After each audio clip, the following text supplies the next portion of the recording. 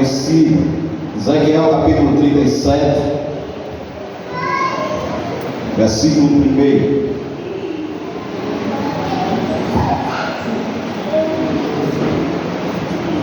Quantos acharam, diga amém. Se não acharam, escola bíblica. Ezequiel capítulo 37 está no telão. Diz assim, versículo 1: A mão do Senhor está sobre mim e me carregou para fora do Espírito do Senhor e me pôs no meio de um vale que estava cheio de ossos e me fez passar ao redor deles, e eis que eram muito numerosos no vale aberto, e eis que eles estavam sequíssimos. E disse-lhe Deus: Filho do homem, podem esses ossos viver? E eu respondi: Ó Senhor Deus, tu sabes. Novamente Deus disse ao profeta: Profetiza sobre estes ossos e dize-lhes: Ó vós, ossos secos, ouve a palavra do Senhor. Assim diz o Senhor Deus a todos esses ossos. Versículo de número 14: Eu porei meu espírito em vós e vivereis, e eu vos colocarei na vossa própria terra. Então sabereis que eu sou o Senhor. No telão diz assim: Eu falei e eu cumprirei, diz o Senhor. Vou repetir para você dar glória. Eu falei e eu cumprirei, assim diz o Senhor. Sente nessa noite.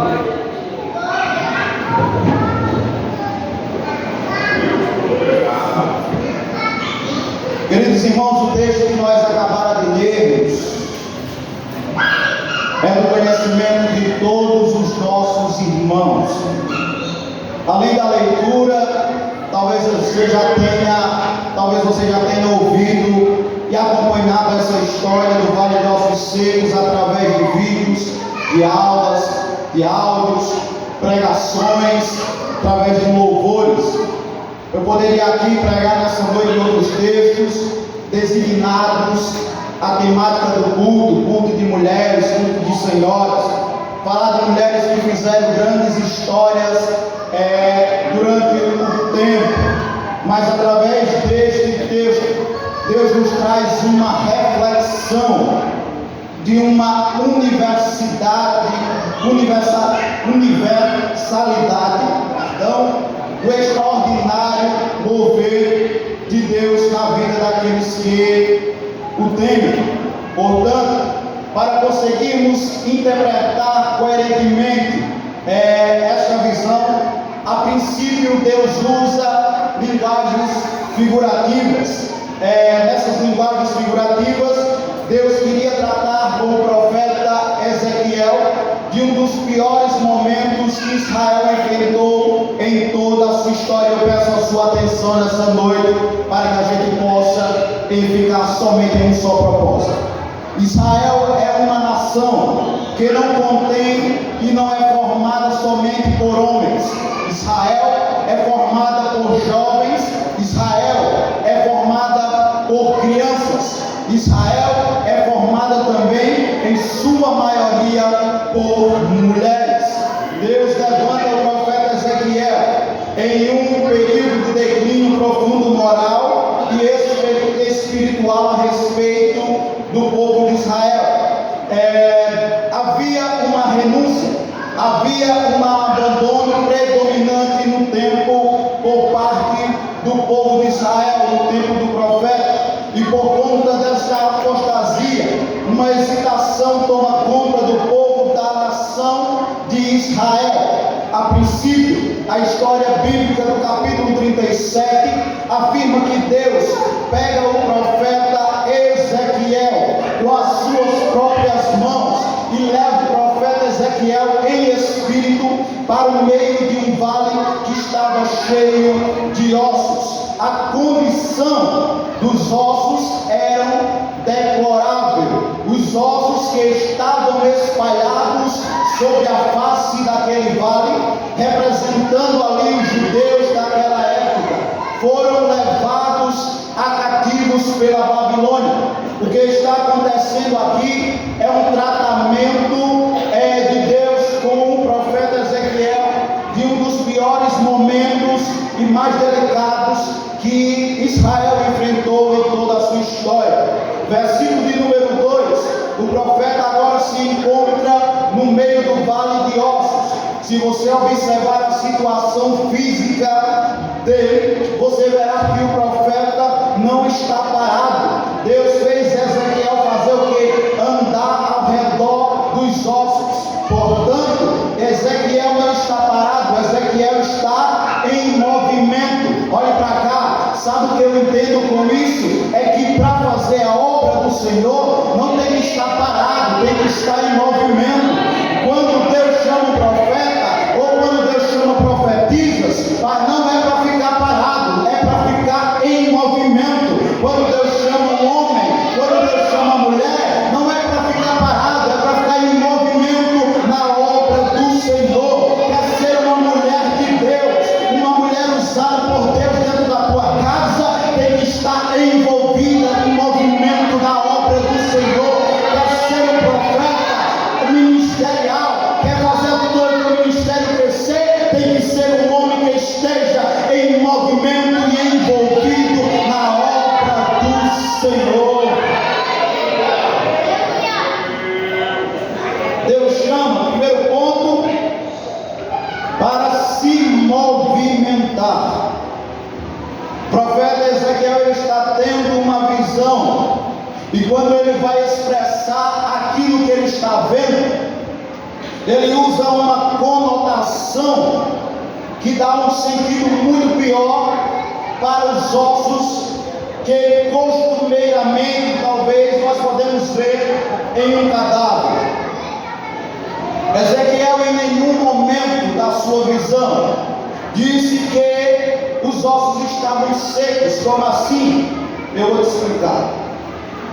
Apesar da epígrafe, apesar do tema do texto, a visão de um vale de ossos secos, o profeta Ezequiel, ele nunca disse que os ossos estavam secos.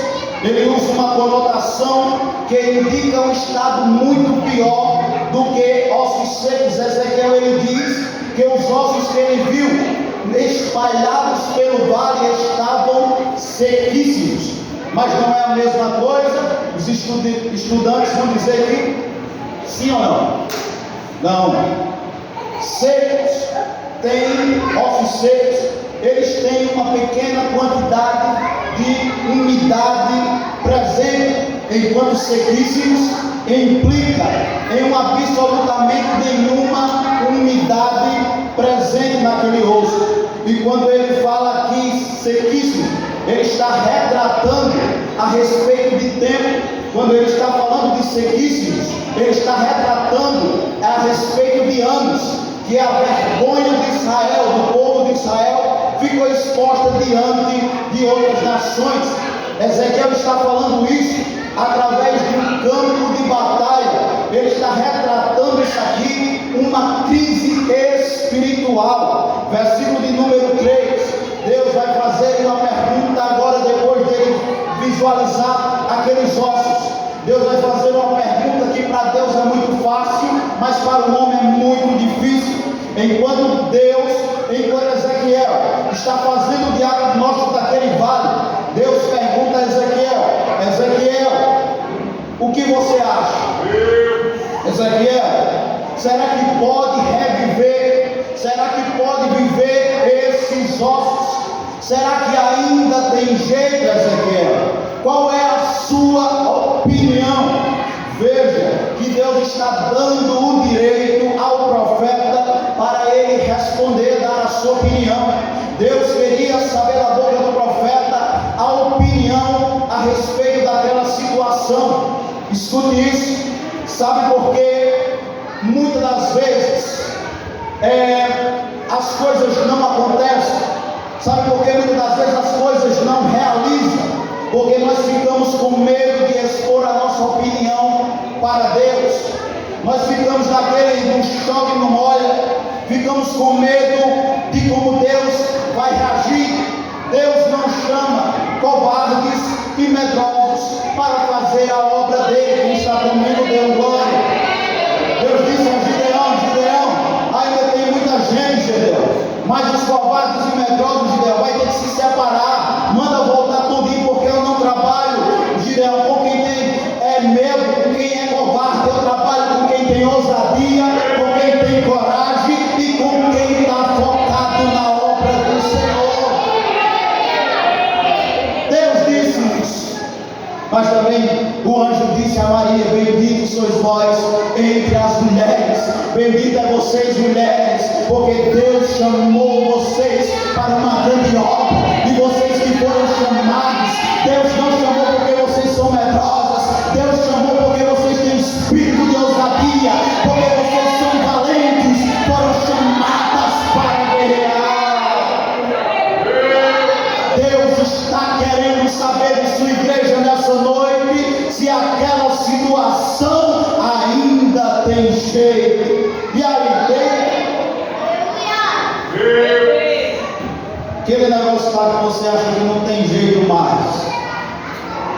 O Senhor está dizendo nessa noite, te perguntando: será que ainda tem jeito? Ou você vai desistir do caminho?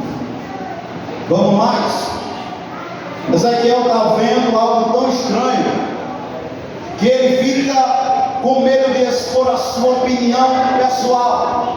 E a resposta de Ezequiel é uma resposta indefinida. Deus faz uma pergunta: Ezequiel, você acha que tem jeito para essa situação? E uma resposta seria sim. Mas a resposta que Ezequiel dá ao Senhor é dizendo: Senhor, Deus, tu sabes. Sabe por que essa é a resposta? Porque o que ele está vendo é uma situação crítica, uma situação caótica, e só Deus tem o poder de reverter situações. Vou repetir para você dar glória. Só Deus tem o poder de reverter essa tua situação. Imagino eu, Deus conversando com Ezequiel e dizendo: então, Ezequiel, meu pensamento, se tu está dizendo que eu é que sei se pode ou não reviver esses ossos, e a tua chamada é para profetizar, então faz o teu papel, profetiza.